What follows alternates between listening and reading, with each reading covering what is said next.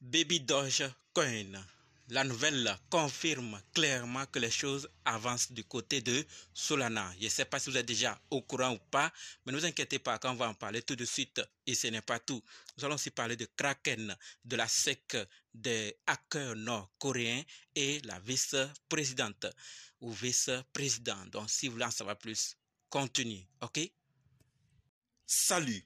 Ici, c'est la chaîne crypto-monnaie et investissement. Et sur cette chaîne, parlons de deux thèmes, les crypto-monnaies en général et quelques business en particulier. Alors, si ces deux thèmes vous intéressent, n'hésitez pas à cliquer sur s'abonner, activer la cloche de notification pour ne rien rater toutes les vidéos d'urgence. Et prenez place, car il y a de la place pour tout le monde, y compris vous, quelle que soit votre position géographique. Ok?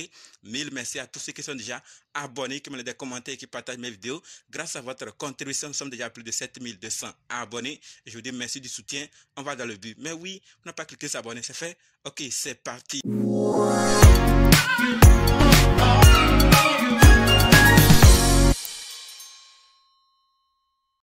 On commence avec Kraken. Et ce que nous devons savoir, c'est que Kraken signe un accord de parrainage avec les Spurs. D'accord? La semaine dernière, Kraken a annoncé un accord équivalent avec l'équipe de football espagnole Atlético Madrid. Pour ceux qui aiment du football, connaissent ces gens de club et dire que Kraken fait un accord de parrainage avec ce club, c'est une information intéressante. Gagnant, puisque les fans ou les supporters de ce club vont désormais découvrir Kraken et d'autres de Kraken les utilisateurs de Kraken vont découvrir ce club. Vice versa, chacun gagne. Et c'est des partenariats gagnant-gagnant qui augmentent la visibilité de chacun et ainsi la demande et aussi l'utilisation. Donc, Kraken fait ce partenariat et c'est des informations à savoir parce que vu le nombre d'utilisateurs, le nombre de fans de ce club qui vont désormais commencer à s'intéresser, à se questionner et surtout à utiliser Kraken va augmenter les utilisateurs et ainsi augmenter la visibilité et, si possible, l'entrée de fonds, ce qui va augmenter aussi la liquidité sur cette plateforme et faciliter d'autres transactions. Elle peut aussi être très vite, aller loin et permettre aussi à ceux qui ont leurs fonds d'avoir le cœur tranquille parce que ceux qui travaillent avec ne sont pas là parce qu'ils sont là, mais ils sont là parce qu'il y a le fonds et les fonds qui sont disponibles et aussi ça garantit ceux qui ont investi parce que nous savons tous ce qui s'est passé avec d'autres plateformes. Avec le temps, il n'y avait rien. Mais avec ce nouveau concept de port qui est lancé, les échangeurs centralisés commencent à nous montrer ce qu'ils ont et ça nous garantit. Maintenant, disons que les fans commencent à entrer beaucoup de fonds via cette plateforme. Qu'est-ce qu'on aura? Il y aura beaucoup de fonds qui vont nous présenter et ça va permettre de nous tranquilliser en tant qu'utilisateurs de cet échangeur centralisé. Voilà ce que je voulais partager par rapport à Kraken. Si vous avez quelque chose à ajouter, à dire par rapport à cela, les commentaires ne sont pas désactivés. En attendant de recevoir vos commentaires, parlons de la deuxième nouvelle qui concerne la SEC. Et par rapport à la SEC, ce que nous devons savoir, c'est que la SEC aurait donné une approbation préliminaire plutôt à au moins 3 émetteurs d'ETF Spot. ETH, BlackRock, Franklin Templeton et Van Eck. Donc, la SEC fait cela et c'est une information qui permet à ceux qui attendent de près, de ferme sur les ETF Ethereum de s'y préparer. Donc, dire que la SEC aurait donné une approbation préliminaire à au moins 3 émetteurs d'ETF spot Ethereum, BlackRock, Franklin Templeton et Van Eck. C'est des informations que nous devons savoir pour mieux nous préparer et attendre.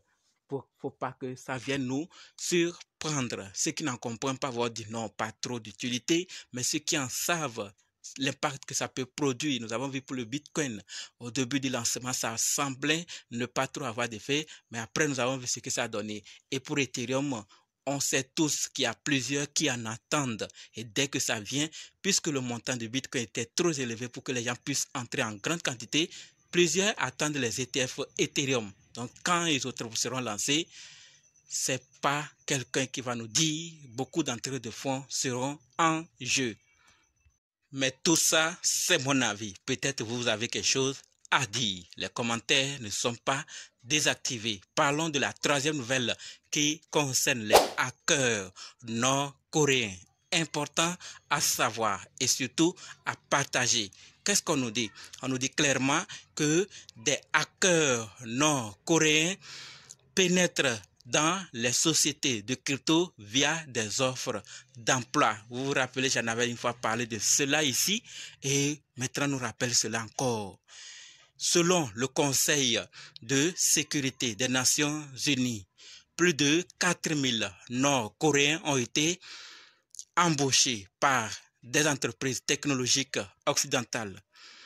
Ils utilisent l'ingénierie sociale pour s'introduire dans les serveurs des entreprises et accéder à des informations sensibles.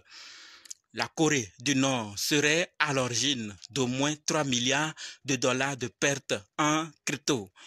Des preuves de plus en plus nombreuses suggèrent qu'un certain nombre de ces faux candidats semblent être des ressortissants nord-coréens qui tentent d'infiltrer des projets crypto à des fins malveillantes, notamment la collecte de données sensibles, le piratage et le vol d'actifs. Donc, ils accèdent grâce aux offres d'emploi employés par certains de l'Union européenne ou de l'Occident et c'est eux qui vont travailler pour infiltrer dans ces entreprises. Mais nous savons aussi le rapport qui est entre l'ONU et la Corée du Nord, dont de telles informations peuvent aussi être vraies comme fausses. Mais ce que nous devons retenir, cette technique d'infiltrer dans les entreprises crypto est possible et ça n'épargne pas aussi les utilisateurs individuels comme vous et moi. Donc vigilance parce que certains, il y avait une fois, c'était des artistes qui étaient ciblés. Donc on les contactait pour faire des partenariats avec eux pour leur augmenter de visibilité alors qu'en réalité ces partenariats leur permettaient désormais de facilement avoir accès à leurs réseaux sociaux officiels et dès lors, ils font ce qu'ils veulent de ces réseaux sociaux, de ces artistes ou comédiens ou autres personnalités publiques et influentes dans ce monde. Donc, vigilance parce qu'aujourd'hui, ce qu'il y avait dans le monde physique est carrément parti en ligne et ça n'épargne personne. De telles informations, si vous avez quelque chose aussi à ajouter, c'est très bien pour qu'on puisse aussi en apprendre parce qu'au jour le jour, il y a de nouvelles techniques, de nouvelles manières de procéder pour soutirer ou prendre des informations sensibles sur des personnes, sur des entreprises qui ont beaucoup d'argent. Si vous avez quelque chose aussi à ajouter, ne manquez pas. On vous attend de près. Passons à la quatrième nouvelle qui concerne le vice-président. Et ce que nous devons savoir, c'est que le sénateur pro-crypto de l'Ohio, Joe Vance, est le choix de Donald Trump pour la vice-présidence. D'accord? Après de longues délibérations et réflexions et compte tenu des immenses talents de nombreuses autres personnes, j'ai décidé que la personne la plus apte à occuper le poste de vice-présidence des États-Unis est le sénateur J.D. Vance du grand État de l'Ohio. D'accord?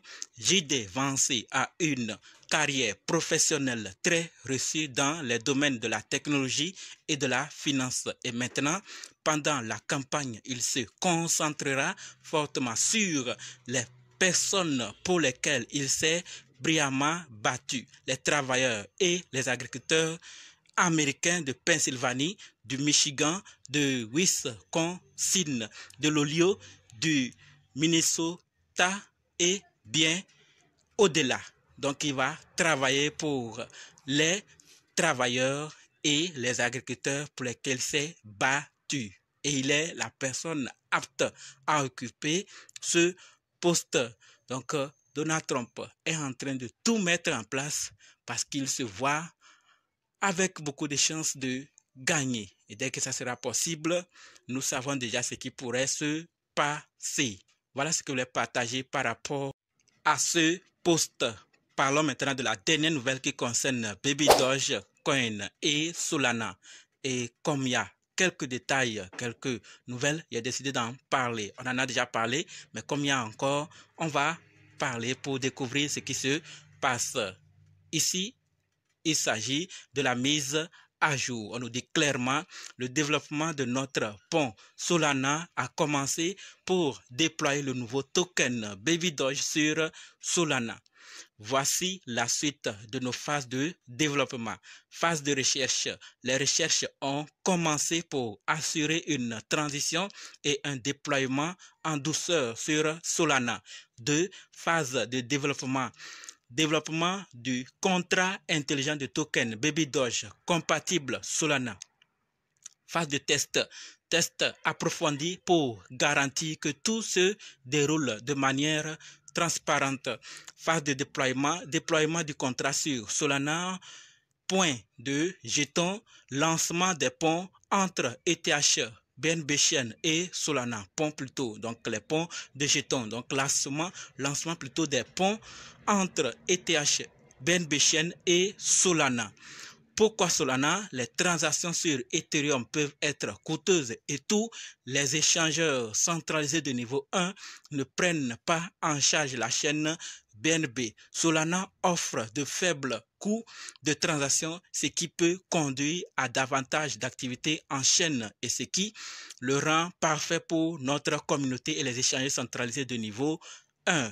Restez à l'écoute pour plus de mise à jour et merci pour le soutien. Donc l'équipe nous remercie pour le soutien que nous cessons de faire par rapport à ce projet. Vu qu'eux aussi sont impliqués, nous aussi nous faisons notre part. L'équipe, la communauté et le projet. Ensemble, on pourra arriver à des fins que nous espérons tous. Et on nous rappelle ceci. Remarque, rien n'est encore en ligne. Aucune migration n'est nécessaire. Méfiez-vous des arnaques. L'offre en circulation restera la même. Nous publierons toutes les mises à jour ici sur leur compte et d'autres comptes officiels. Donc, si vous croisez ailleurs, on vous dit migration, on vous dit que le nouveau contrat Solana est déjà en ligne, n'y croyez pas, c'est des arnaqueurs, c'est du faux. Sortez et courez très vite pour ne pas être contaminé. D'accord? Ils vont publier et vous le saurez aussi à travers cette chaîne. Donc, si vous n'êtes pas encore abonné, abonnez-vous pour la suite. D'ailleurs, je vous remercie d'avoir suivi jusqu'ici puisque c'est la dernière nouvelle. On se donne maintenant rendez-vous dans d'autres vidéos et dans les commentaires. N'oubliez pas de nous rejoindre sur Telegram, WhatsApp, Facebook. Les liens sont dans la description. Et pour ceux qui sont intéressés pour la formation, dites simplement, je suis prêt à ouvrir votre formation. OK? Merci.